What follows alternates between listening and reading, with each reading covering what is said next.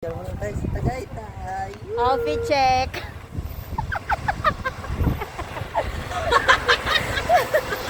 Gusto niya ako kung dyan pa Tagaytay. Hello mga kadet, for today's video, papunta na kami sa Indang Cavite with my jowa. May kukunin lang namin dun sa katrabaho ng papa ko galing Saudi Arabia. Nagbakasyon yung katrabaho ng papa ko dito sa Pinas. So let's go mga kadet. By the way, dito pa kami sa Las Piñas galing sa Taguig.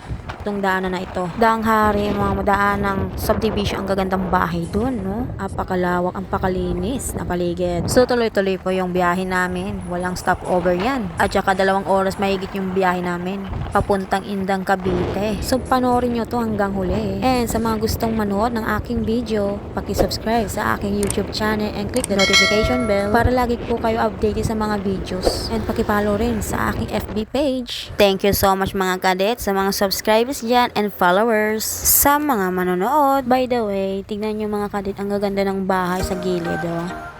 Las Pinas pa lang ito. Ganda, no?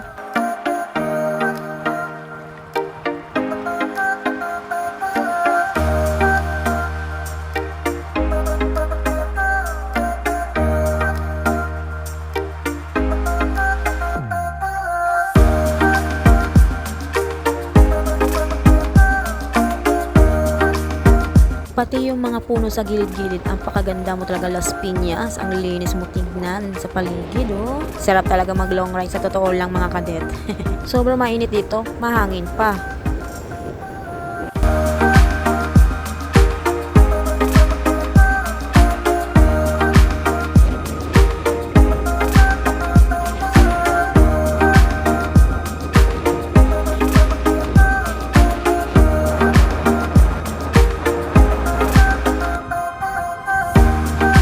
By the way, nandito po kami sa Imus, Cavite. Ito yung daanan na ito.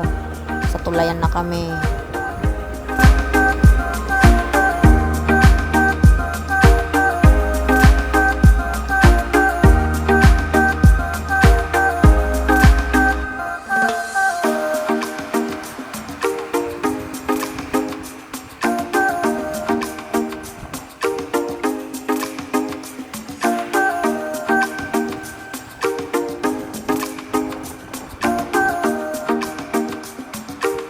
Dito po kami sa General Trias, Cavite.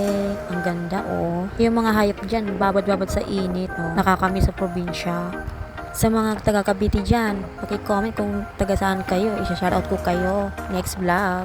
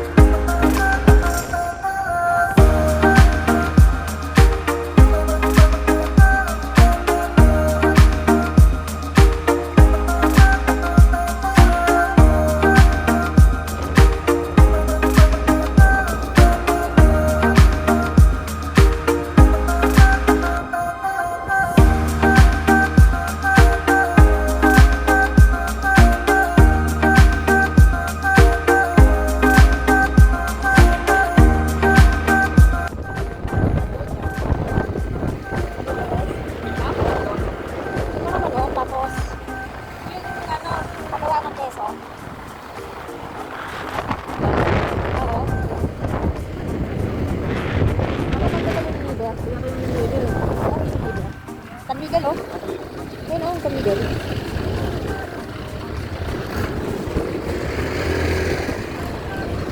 Oh, ito pala. Perfect. San Miguel Logistics.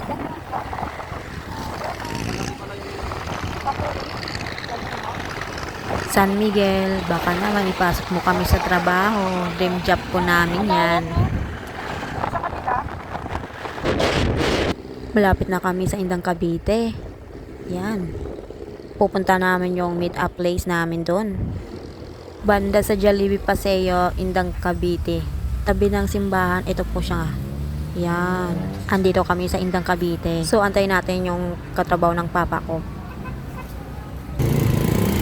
Hello po. Hello po. Ayun po. Kami, may bibili lang kami na ano na kalama yan. Ayan na. Nanay. Itidyan kami para isugpasa ko kay Papa. Nandiyan po ba? San Paulo? Apo. Asa? Hindi po. Itidyan ibisend ko kay Papa. Thank you po. Thank you so much po Kuya Robert sa pasalubong. Kalamay, Indang, Cavite. At mag-iingat po kayo ng asawa mo. Thank you so much. Medyo nahihiya po ako nung time na yan. So nakuha namin yung alam mo na. After that, pupunta kami sa Tagaytay, sa may People's Park in the Sky, Tagaytay City. Namiss po namin yung pasyalan na yun. Let's go!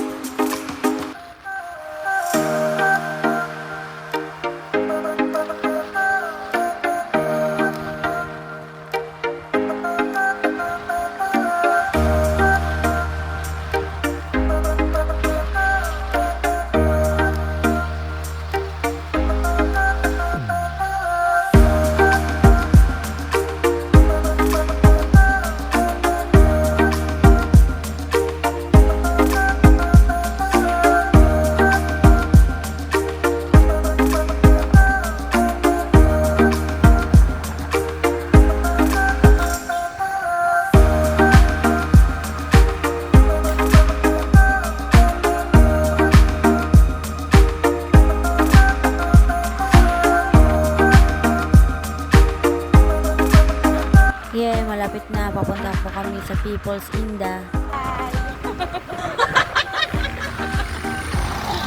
Wow.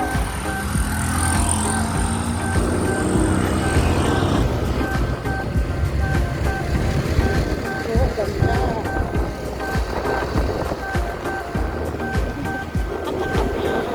Natasha People's Park in the Sky.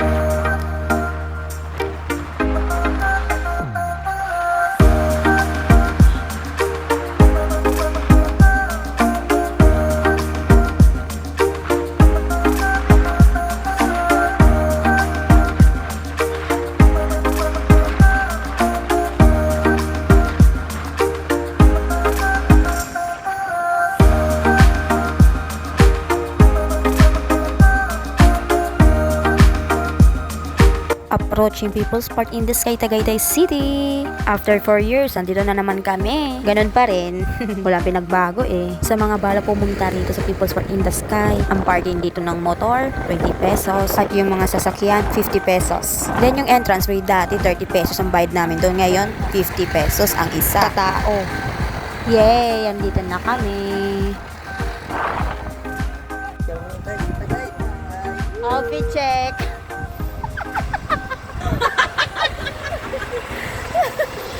Gusto niya ako dyan pa Tagaytay.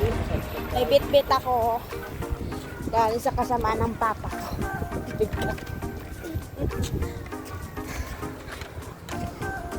Ganda taga. Ayan na.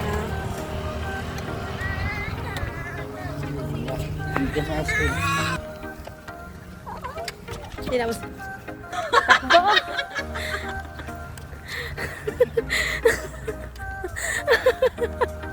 Gagi, excited sa ano.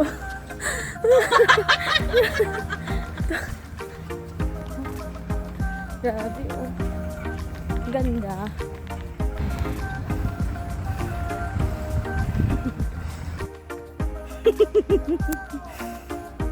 Ganda no. Sa People's Park in the Sky. Ganda. Yan pa yung bilihan ng mga souvenirs. Yan.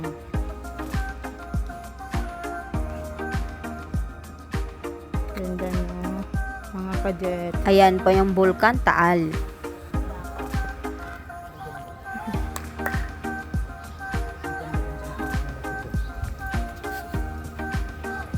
Dami ko pimples oh. Ano? Dito ka.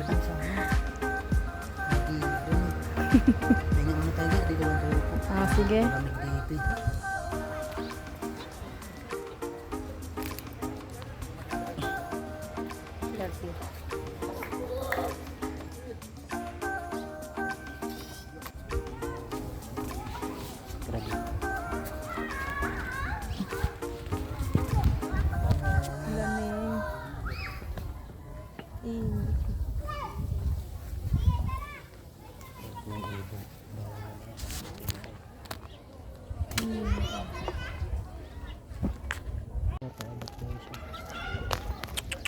Oo, hindi ko hawakan, baka kagatin ako eh.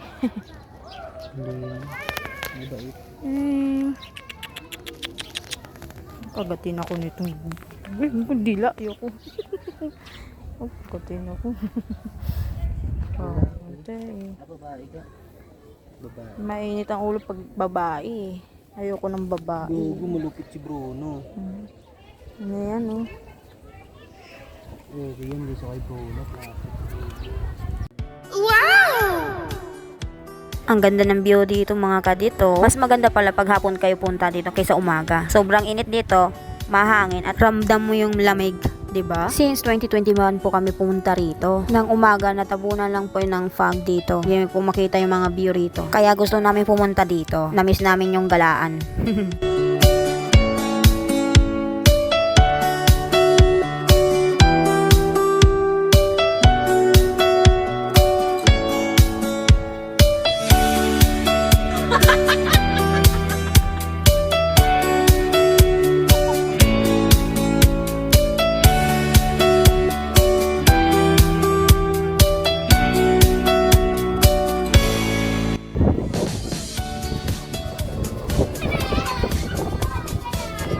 Nga pala mga kadib, may naalala ko.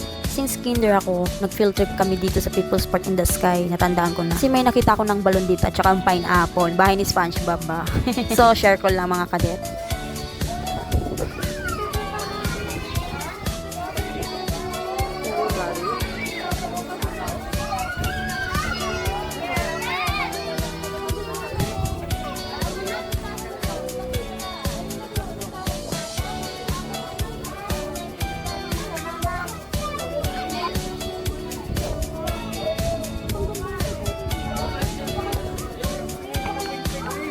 So, magpapahinga po kaming dalawa at magpahangin dito. Ramdam ko talaga yung lamig dito.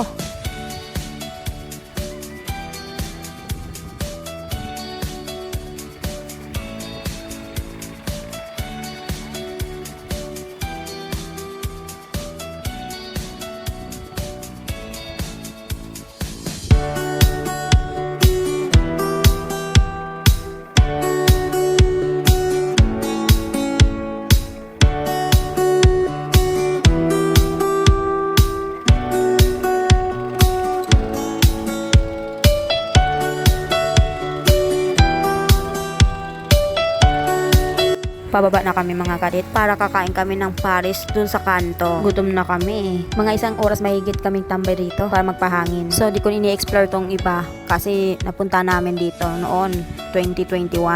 May vlog pa ako niyan dati. Mga kadet, mag-comment kayo rito kung ano na-experience nyo dito sa People's Park in the Sky, Tagaytay City. Sarap mag-jogging dito mga kadit o maglakad-lakad lang. Kung taga dito sana ako, araw-araw ako magja-jogging rito. Kaso may bayad nga lang eh.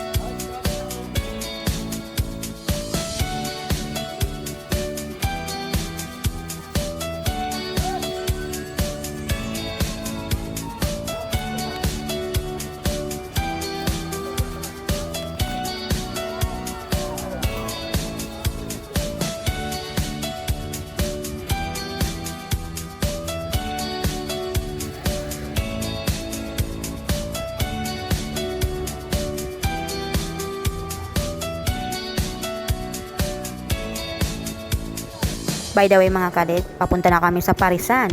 Doon kami kakain sa harapan ng picnic group. So let's go mga kadet.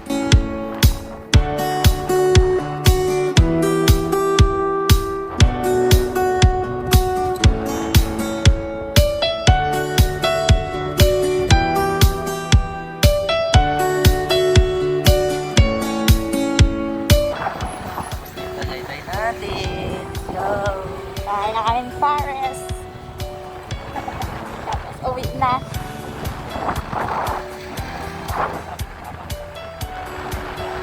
So dito na kami sa harapan ng picnic group. Dito kami kakain. Ang kakainin ko ay lechong baboy. Tapos sa kanya, pares. Masarap pa yung timpla nila oh. So kung galing kayo sa People's Park, dito na kayong kakain ng pares. Halagang 60 pesos pataas. By the way, time check for 4:40 p.m. Pauwi na kami ng Maynila. So dadaan kami sa Silang Cavite hanggang sa Taguig. Baka maabutan kami ng gabi eh. Wow, ang ganda oh. Ang ganda yan oh. Sarap sa ice talaga. Makikita mo mga ganyan sa probinsya. Nakakamiss talaga. So, nandito kami sa Maynila, mga 6 p.m. in the evening. So, matraffic dito ganitong oras. And yun lang, hanggang dito na lang mga kadet. See you on next vlog. Thanks for watching.